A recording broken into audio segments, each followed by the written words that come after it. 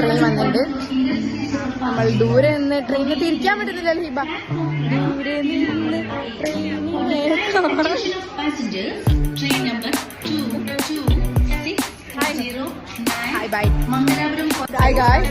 Successfully നമ്മള് train പോയി.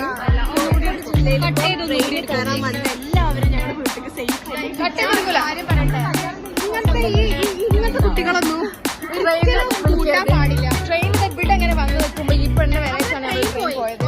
ഞാൻ പറഞ്ഞതിന്റെ അരമണിക്കൂർ മുന്നേ എത്തിട്ടോ. ഈ പറയുന്ന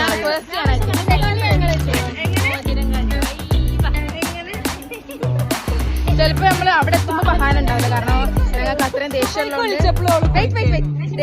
ചിലപ്പോ ഞങ്ങൾ ഉള്ള തള്ളിലും ട്രെയിനിന്. അപ്പം തിരൂരാണ് ഞങ്ങൾ പ്ലാൻ ചെയ്തിട്ടുള്ളത്.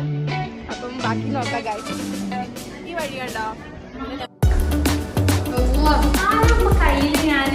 നമ്മള് ജില്ലാന്റെ വീട്ടില് ഫൈനലി പോവാണ്.